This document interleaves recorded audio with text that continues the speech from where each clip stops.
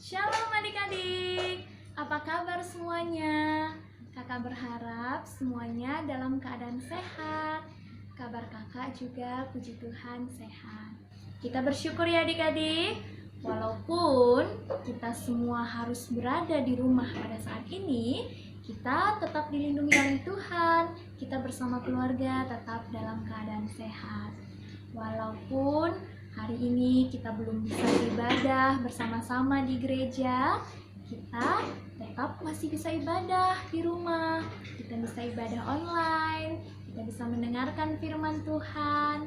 Semua kita syukuri dan kita terus berdoa supaya semuanya kembali ke keadaan semula. COVID-19 segera berlalu dan kita semua bisa berkumpul bersama-sama lagi. Nah, adik-adik, hari ini kita akan mendengarkan firman Tuhan yang diambil dari Kolose 3 ayat 1 sampai 4. Kakak akan baca Alkitabnya dari sini. Adik-adik boleh baca dari rumah ya. Kolose 3 ayat 1 sampai 4. Karena itu, kalau kamu dibangkitkan bersama dengan Kristus, carilah perkara yang di atas, di mana Kristus ada, duduk di sebelah kanan Allah. Pikirkanlah perkara yang di atas, bukan yang di bumi. Sebab kamu telah mati dan hidupmu tersembunyi bersama dengan Kristus di dalam Allah.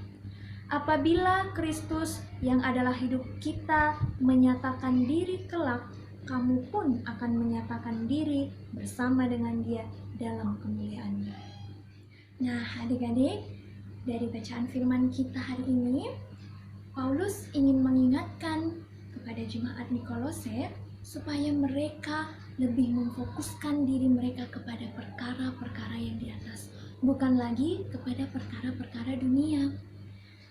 Artinya, perkara-perkara yang di atas adalah perkara-perkara yang berhubungan dengan Tuhan. Kita sudah tahu, kita sudah mengimani, dan kita sangat meyakini bahwa Tuhan Yesus telah mati di kayu salib, bangkit dan mengalahkan maut. Artinya, ketika Tuhan Yesus sudah bangkit, kita pun ikut bangkit bersama Tuhan.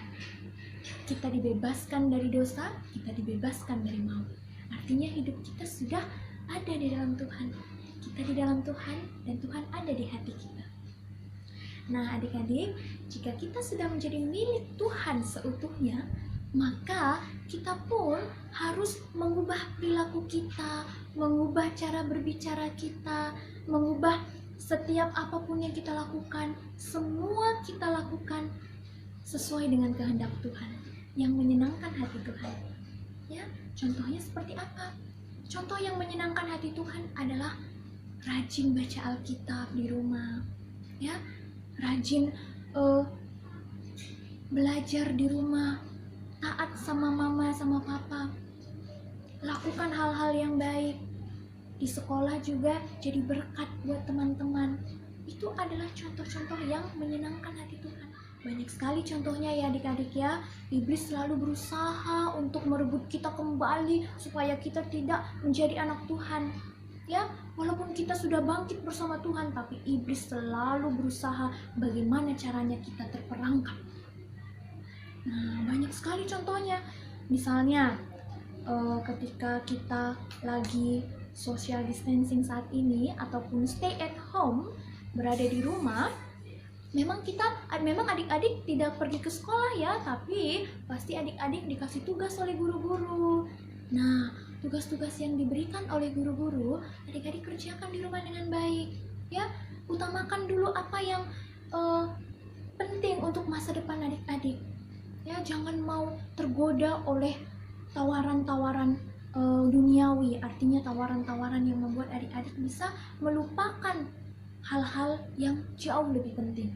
Contohnya, ketika harus belajar, adik-adik ingatannya, aku mau main game.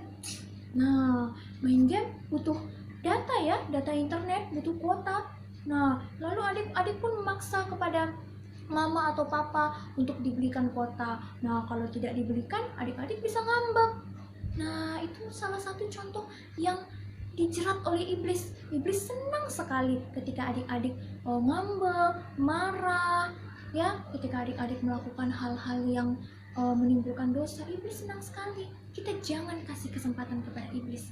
Dengan waktu yang ada, Tuhan ingin adik-adik lebih rajin baca Alkitab, ya, bernyanyi lagu puji-pujian di rumah, mendengarkan firman Tuhan, berdoa bersama keluarga. Banyak sekali waktu yang kita miliki supaya kita bisa lebih dekat lagi kepada Tuhan.